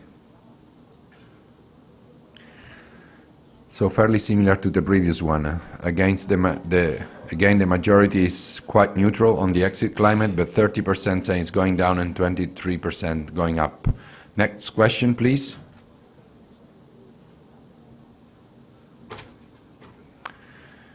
Collaboration with corporate investors. What was happening in the near past? Going up, down, or not much happening?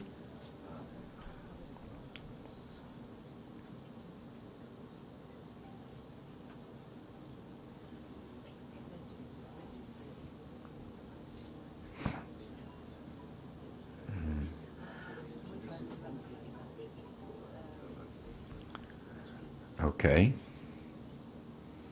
So obviously, it's quite neutral. Maybe we have a nice 27% of people we should be asking to what's going on with corporate investors. Still, 1 out of 4 has gone up. So, good sign. Next one, please, for the future collaboration with corporate investors. Can we have the next one? Thanks. Yep. You can vote.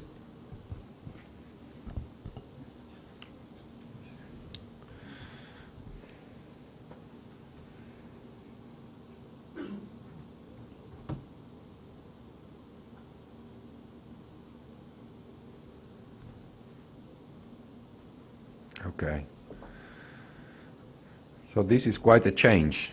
Only 25, 27 expected in the past said that it was going up, but now 57% of people thinking that collaboration with corporate investors is going up. So we look forward also to the next paper from IBAN to learn more about this. Next question, please. Collaboration with other actors. How has it gone in the last quarter? Crowdfunding, accelerators, we've been talking a lot about them. But what about real collaboration?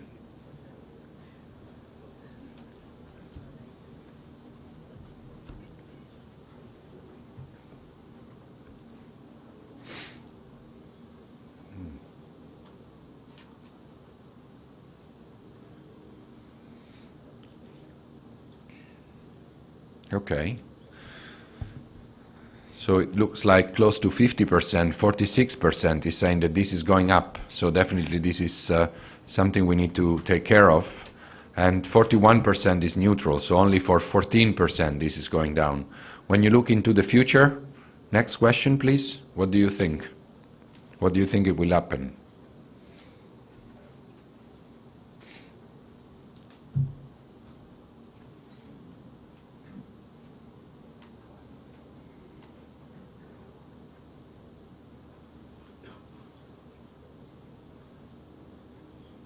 Okay. So definitely, I mean, this is something we have to think about when we are within IBAN about the collaboration with those guys. What do we do? We were just checking with Philippe as a joke on the web, European crowdfunding associations. We already found 3 that are existing, so we might be too late. Okay, the next one, please.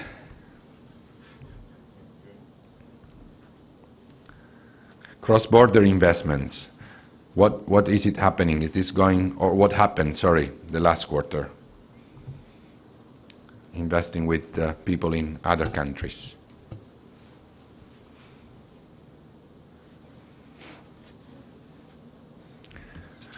Well, again, I believe very positive. It's about 40% saying it's going up, 40% is neutral, and it's only 16% this is going down. The next one, please. What will it happen in the coming months for cross-border investments?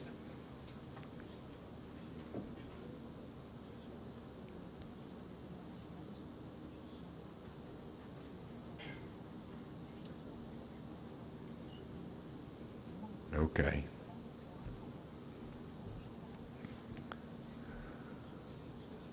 So obviously it looks like almost everybody thinks this is going up. There will be more and more investments at the level of angels and early stage funds, cross-border. That's also good. The next one, please. Fiscal incentive having a positive impact. What happened in the last quarter?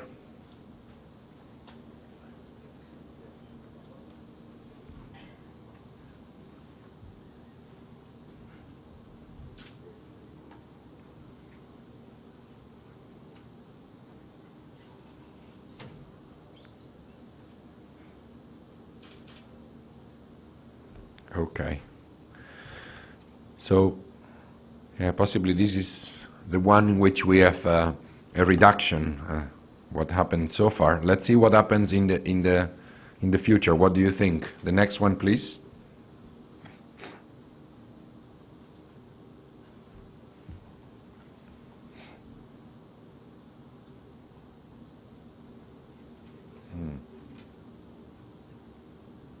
So people are expecting this to be much more positive than it is today. The thing to be seen is that if this is due to the fact that there are no incentives and they expect to have them, or whether they think that the incentives will make an impact. Interesting point to investigate. The next one, please. Women angels. What's happening? More? Less? Stable?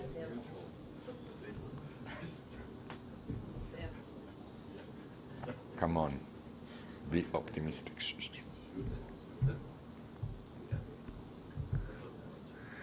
Okay. It is growing, but a lot of people think it's more or less neutral. But only 11% is saying that it's gone down. Let's see for the future. What do you think? Next one, please.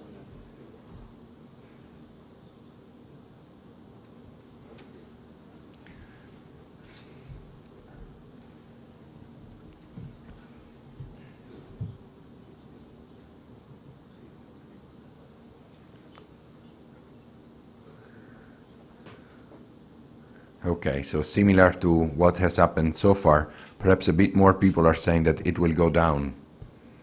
So another point of attention may be there. Next one, please.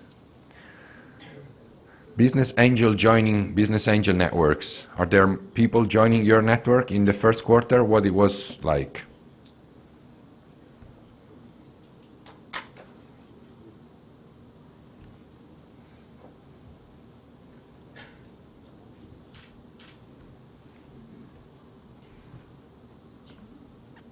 Okay, so this is growing very fast. That's really nice. 66% of people saying that there are more BAs into bands. What do you expect for 2012? Next one, please.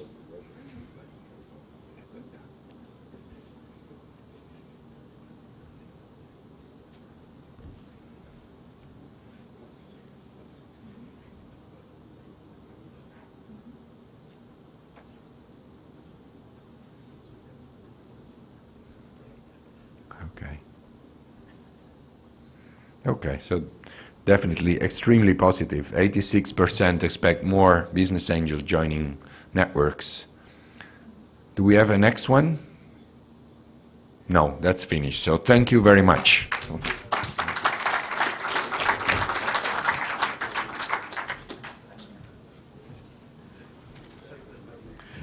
Next up, before we have the final speeches, we've got Jose. Would like to speak? Yes, it's you. Finally, yes. You couldn't make it yesterday. Thank you but very much. Today. Thank you very much. Good morning, everybody. I would like, first of all, to thank IBAN for the invitation. Sorry for yesterday. I mean, I was on the phone a part of the morning. The other part of the morning, I couldn't get here on time. Still, I am here in a double quality. I'm in the quality. I'm here as chairman of the European Association of Mutual Guarantee Societies. So nothing to do with equity investments. We guarantee essentially credits to small businesses and also to entrepreneurs. Some of our members are also guaranteeing the downside of investors in the equity piece. I mean, I'm remembering Oseo in France. The Austrian colleagues also had it.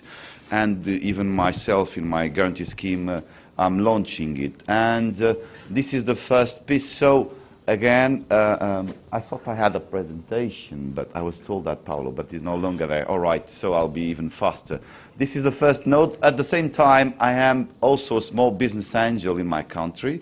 I'm a member of a network of business angels in Porto. So that's why I'm very happy to be here in the double quality, as I mentioned. Again, ACM, I hope if you Google ACM on the internet, you don't find 3 or 4 European associations of guarantees. It is supposed that we only have one. It's a quite sizable association already. We have a long history. We're talking about an association that has 2.5 million small businesses in Europe as members. A portfolio of around 130 billion euros in credits, so it's really a sizable organization.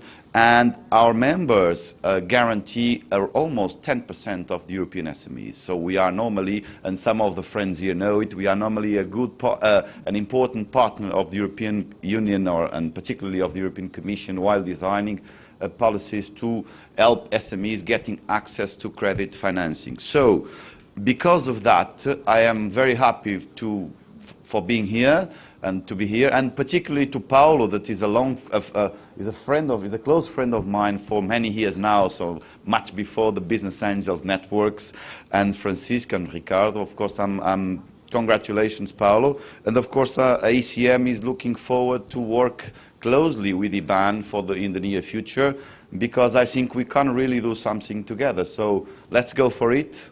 Thank you very much. Congratulations again for the organization, for the magnificent event.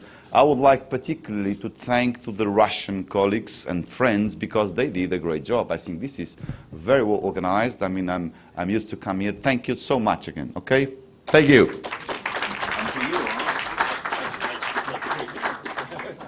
Very good. Now regarding the closing speeches, if I can invite Bridget Baumann on stage, who will close the day. Thank you very much.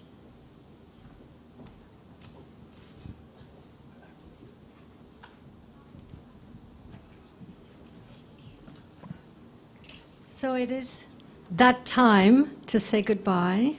And first of all, we want to thank unbelievable dedication for the last couple of months. And that goes first to the person with the vision of all this, Konstantin.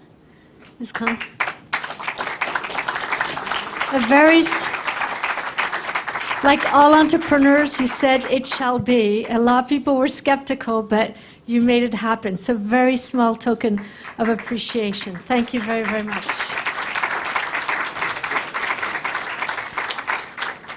There's another person who I've gotten to know a bit the last few months and very, very much appreciate. And this, Chiara, this is a very small wellness package. You probably need a really big one. We're both totally exhausted and the rest of the team. So thank you and lots of good things. Thank you. And I'll let you maybe. Thank you. I have presents as well. Bring the belt. I think the real angel of this behind this event was Inna. She's an angel. She is. Is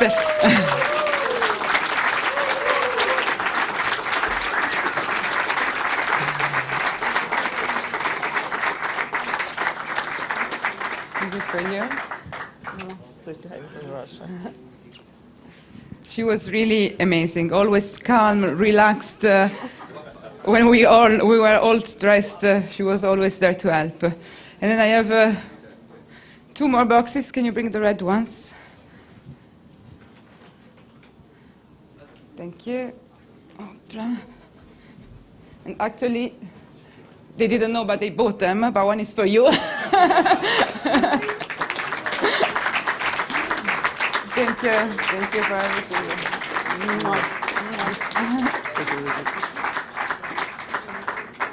This is my team, and the other one for Alicia.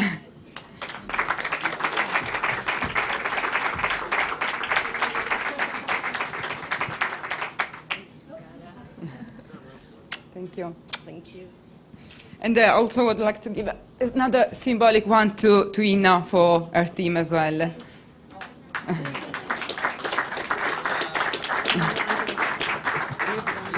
That's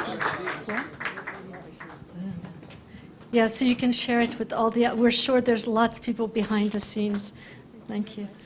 So it is time also to pass over the relay.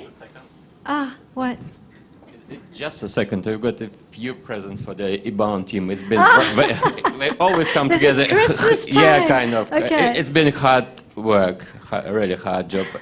But it's a very big pleasure to have been working with you, with all your team. We've got small presents for the IBAN team, for you, Brigitte, Chiara, please, will you come here? Chiara, Louis. Alicia? It's Christmas. Louis, it's a small present. From the angels.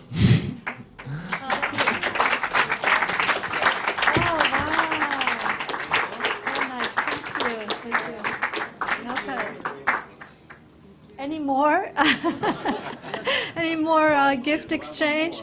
No? Okay. Thank you very, very much. So as I was mentioning, it's time to pass the baton. And so as you, I think you were all here, heard that Paolo is now the new president of IBAN. So Paolo is going to come and say hello.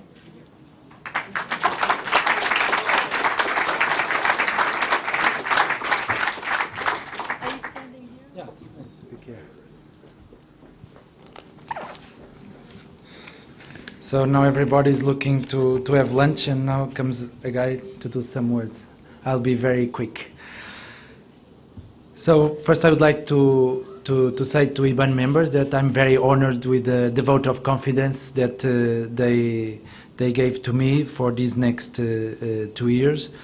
And I also would like to mention for those that were candidates but were not elected that I think any IBAN member can serve IBAN not being on the board. So all IBAN members are invited to work towards a better IBAN, and so I expect all of them to work together. So the fact that you are not elected does not mean that you cannot contribute to IBAN future.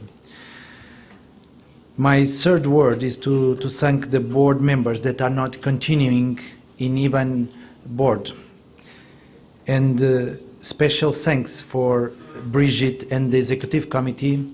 Jacek is not going to continue, so a special thanks to Jacek. Luigi, it's a pleasure to have you on the executive committee, and Philip Gluntz will be on the executive committee. And we have 2 new executive committee members, is René from Netherlands, and we also have Nelson Gray that has to leave before, so he's not here.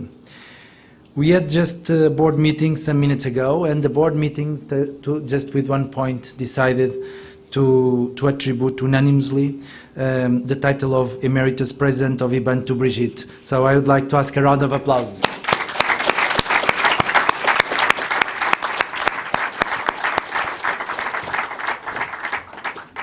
Dear IBAN members, distinguished guests, we are suffering in Europe an economical crisis that for some people means that this is not time to make early stage investing, but I do not agree. No, I think it's time for the business angel and the other early stage investors in Europe. Let me give you 4 main reasons for my optimism. Wealthy investors. These are excellent times to attract wealthy investors and turn them into business angel investors. Many wealthy people used to invest in stock market, derivatives, sovereign debts, but today they don't have many alternatives. So investing in early stage is not so risky as the other alternatives. So for these wealthy investors, I think it's time for business angels and early stage investors. Number 2, entrepreneurs. Entrepreneurs are facing difficult times in getting money from the banks. So they are coming to the business angels and the other early stage investors. And we are receiving better deal flow because this deal flow is with better quality because they need to improve those projects to us. So for entrepreneurs, it's time for early stage investors. Number 3, companies' valuations and investments. We just had a panel about this issue. Today, entrepreneurs are much more flexible than they were some years ago. Some years ago, they were very rigid on the terms, and so there were not so many deals. And today they are more flexible, and so it is easier to get an agreement with them. 4, governments. Today the governments have to cut their deficits and their debts. However, they have to promote growth with fewer resources. So countries need to increase the number of startups. But who can finance these early stage startups? Business angels and other early stage investors can. So governments are considering more and more business angels as a viable and maybe the best option to fund many of these new startups. That's why we see an increasing interest from local and central governments in creating co-investment funds. We had just some days ago here in Moscow, we had the announcement of this 25 million euro co-investment fund, which is really fantastic for Russia. So for governments, it's time for early stage investors. When there is a crisis, you can find always 2 kinds of people. Those that burst into tears and those that sell tissues or handkerchiefs for those that are crying. I think business angels prefer to be the ones that sell the handkerchiefs and not the ones that just tears. Anyway, if the crisis poses some challenges and opportunities, we all agree that we need IBAN in strong shape to be able to help federations, banks, seed funds, and other members, powering the innovation ecosystem in Europe. For those that are here, that are IBAN members, you have received the action plan I sent to all of you. So you know the most part of the initiatives that I would like to bring to the next board. However, and I'm not going to enter in detail in these initiatives, I would like to highlight 4 of these initiatives that I would like to bring to the next IBAN term. New governance. The terms limits for the Executive Committee and the President, the Code of Conduct for all board members, are just good examples of this new governance model that I think we need in IBAN. We need more renovation, we need to bring new people and new blood to IBAN every 2 years. We also need to create a new relationship between IBAN and its members. We need the members to give feedback, but also to participate, and not just to think that IBAN is just the secretariat that has to do everything. Third, a strong bet in the training area. This is one of the areas that I think we will have a new approach with the creation of an online blended learning platform. Fourth, cross-border. We need to talk less and do more in this area. We all know it's difficult, but there are a lot of things that we can do. One of the amazing events that I have been in the past, and the person is not here, so it is good, is I've been in a ski event for 3 days. It was ski, it was networking, and was deals. It was really, really amazing. I think if all the IBAN members could organize one event like this, we would have a better cross-border. Because in these events you meet 20 or 30 people and you really get in a close relationship with them. And that is the best way to do future cross-border. To to finish, and I would like to thank also Chiara and the Secretariat for Alicia, Luis, for the great work. And I also would like to thank Ina, because I think there is, when I was interacting with Ina in the emails, I found it really strange, because I have 4 hours difference for Ina. And 10 in the evening, she answers me 5 minutes after. I said, okay, 12 midnight, my midnight 4 at night, and she answers, and I said, okay, this is not a woman, this is a robot. And so I asked Konstantin, how efficient you have this mechanism there, because it's really unbelievable, because she cannot answer at 5 minutes after. It's unbelievable. Ina, you have been really incredible. Really, I'm very impressed. And a round of applause. And for Konstantin, I would like to ask you one thing. What is your secret? You are never stressed. You are never stressed. And if you could share that secret with me, I would be very, very happy. Let me tell you that we all will remember this Congress. It was really, really fantastic, and congratulations for this event. And now it's time for the business angels to eat. Thank you. Spasiba.